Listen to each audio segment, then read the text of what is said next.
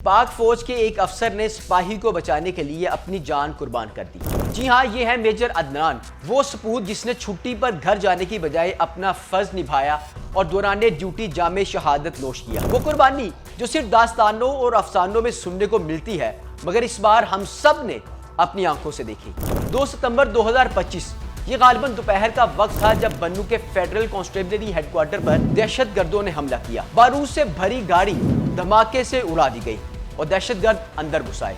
ऐसे में वतन के मुहाफिज एसएसजी कमांडोज को बुलाया गया। मेजर अदनान जो घर जाने के लिए बैग पैक कर रहे थे, उन्होंने एक लम्हा भी जाया किए बगैर फैसला किया, घर नहीं महाज पर जाना है।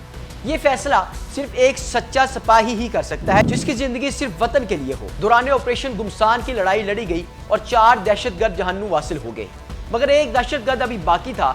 इसी दौरान खबर मिली कि एक सिपाही शदीद जख्मी हुआ है और इसकी जान खतरे में है। अपने साथी के जख्मी होने की खबर सुनकर मेजर अदनान आगे बढ़े, जो खुद भी टांग पर गोली लगने से जख्मी हो चुके थे।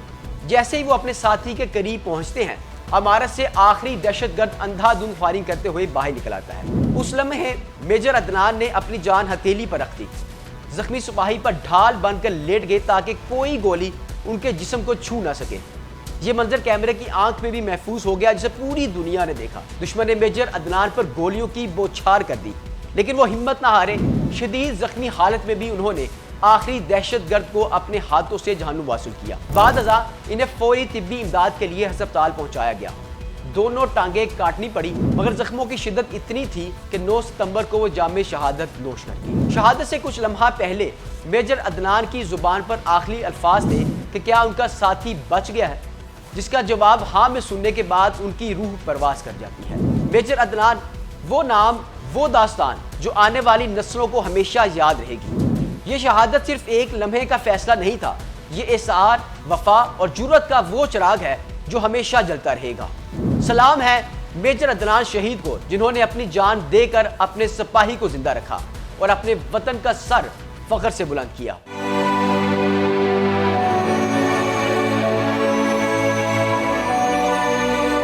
मेजर अदनान शहीद, उनके वालिद मोहतरम हमारे साथ मौजूद हैं, जो इस बात के ऊपर फख्र महसूस कर रहे हैं कि उसने अपने मुल्क के लिए जो है वो एक लाजवाल कुर्बानी दी है, जो आइंदा तारीख में भी याद रखी जाएगी, जो इससे पहले कोई नहीं कर सका।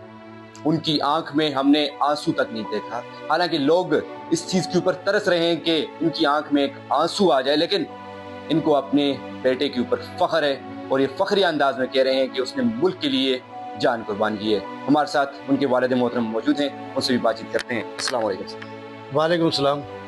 सर, एक तो पूरी कौम को और इसके साथ साथ पूरी पाक अफवाज को आपके बेटे के ऊपर फख्र है, जो आइंदा तारीख में भी याद रखा जाए। आप कुछ कहना चाहेंगे? जी, ये तो बहुत छोटे से सिपाही थे। हमारे बहुत बड़े बड़े सिपाही जैसे कि हज़रत अली, उमर फारूक, इन लोगों ने भी अपनी जानों की कुर्बानियाँ दी हैं, तो इसके नज़दीक ये बहुत छोटी कुर्बानी है। लेकिन मैं समझता हूँ कि पाकिस्तान के लिए इन्होंने अपना जिस्म को कुर्बान किया, अपना खून कुर्बान किया, तो मैं इस पर बहुत फ़ख्र महसूस करता हूँ। ये जब आर्मी में जाना चाह रहे थे तो इसको मैंने कहा कि क्या है, प्रॉस्पेक्टस इनके पास था, तो इन्होंने कहा कि प्रॉस्पेक्टस है। तो मैंने कहा किस चीज़ का? कहा आर्मी का। मैंने कहा देखो, उसमें जो है ना लड़ना पड़ेगा आपको, लेकिन जब आप लड़ोगे तो फिर इस तरह लड़ोगे कि आप पीछे नहीं जाओगे, फ्रंट पर लड़ोगे। और उन्होंने फ्रंट पर लड़ के दिखा के मेरा सर फख्र से बुलंद कर दिया। मेजर अदनान शहीद साहब से मेरी ये बात हुई थी कि यार मुझे 1 लाख रुपए चाहिए। तो उन्होंने कहा कब? मैंने कहा अभी रात के 2 बज रहे थे। तो उसने कहा ठीक है, मैं भी अपना वो जो है ना वो बैंक अकाउंट उससे चेक करता हूँ कि अगर आते हैं। तो उन्होंने 5000 रुपये मुझे भेजे। कहा ओके। मैंने कहा ओके। तो मैंने कहा फिर 1 लाख रुपये और भेज दो। कहा ठीक हो गया। मैंने ठीक हो गया। बस ये आखिरी बात थी उनकी। इस तरह कोई वाक़या हो जाए तो उसमें परेशान नहीं होना। इन्ना लिल्लाहि व इन्ना इलैहि राजिऊन। और बाकी जो नए नौजवान हैं उनको भी मैं दावत दूंगा और उनसे अपील करूंगा कि पाक आर्मी को ज्वाइन करें और डट के मुकाबला करें। और इसमें कोई परेशानियां आएँ तो इसमें परेशानी होने की कोई ज़रूरत नहीं। आप मुझे देखें, मैं किसी किस्म की परेशानी फील नहीं करता। मेरी मिसेस बड़ी खुश है, जबकि मैं परेशान था कि यार ये मेरी मिसेस ये सदमा सुन के शायद फौत हो जाएगी, लेकिन उन्होंने मुझसे बढ़ के ये साबित किया कि यार वो मुझसे बढ़ के हैं। तो इसलिए मैं सबसे यही कहूँगा कि आप आर्मी ज्वाइन करें और डट के मुकाबला करें। इनके वालिद साहब की आपने गुफ्तगू सुनी है, बड़े ही एक दिलराना अंदाज में इन्होंने कहा है कि पूरी कौम जो है वो इस वक्त फ़ख्र महसूस कर रही है और मुझे स्पेशल इस बात का फ़ख्र है कि मेरे बेटे ने इस मुल्क के लिए अपनी जान जो है वो पेश की है, जान की कुर्बानी दी है और दुश्मन का डट कर मुकाबला किया है। आपने इनकी जो गुफ्तगू थी उसमें किसी किस्म की जो है वो नीची गुफ्तगू नहीं सुनी होगी कि किसी तरह की मायूसी आपने नहीं देखी होगी। बिल्कुल बड़े दिल से, खुले दिल से इन्होंने एक्सेप्ट किया है और इन्होंने ये फ़ख्र महसूस किया है कि उसने वाकई एक दिलराना अंदाज में जो कुर्बानी दी है वो एक बेमिसाल कुर्बानी है।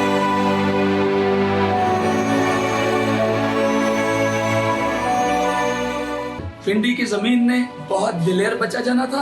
आप सबको मुबारक हो, रोना किसी ने नहीं है। सब कहें अल्हम्दुलिल्लाह, सुभान अल्लाह, माशाल्लाह, गले मिले सारे, किसी ने रोना नहीं। ये अफसोस का दिन, ये खुशी का दिन है। हम सब, हमारा सारों का सर फख्र से बुलंद किया अदनान ने, and we are very proud on Adnan.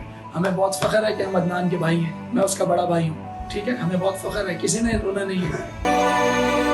बिस्मिल्लाहिर्रहमानिर्रहीम, अस्सलामु अलैकुम। आप देख रहे हैं डिस्कवर पाकिस्तान। मेरा नाम वकास रशीद है। इस वक्त में वफाकी दारुल हुकूमत इस्लामाबाद में मौजूद हूँ। नाजरीन, मेजर अदनान शहीद, आपने नाम सुना होगा, इस वक्त सोशल मीडिया के ऊपर टॉप ट्रेंड चल रहा है। आज हम मौजूद हैं रावलपिंडी बेरिया टाउन फेज 7 के मुकाम पर और मेरे साथ मौजूद हैं उनके ससुर भी हैं। यहाँ इनसे ही उन्होंने ट्रेनिंग भी ली है, कराटे भी वो खेलते थे, बाकी भी जो तमाम तर इनके साथ जो उनकी एक्टिविटीज़ थी, जो टाइम गुजरा, किस तरह का उनको पाया और आज एक फ़ख्र का मुकाम है इनके लिए कि उन्होंने पाकिस्तान, इस मुल्क की खातिर अपनी जान जो है वो नजराने में पेश कर दी। हमारे साथ मौजूद हैं फरमान साहब। सर, बहुत शुक्रिया आपके वक्त। जी, अस्सलाम वालेकुम, वेलकम टू और शहीद के घर के ऊपर आपको खुशामदीद। और मैं समझता हूँ अदनान मेरा एक तो भांजा भी था, मेरा दोस्त भी था। अच्छा।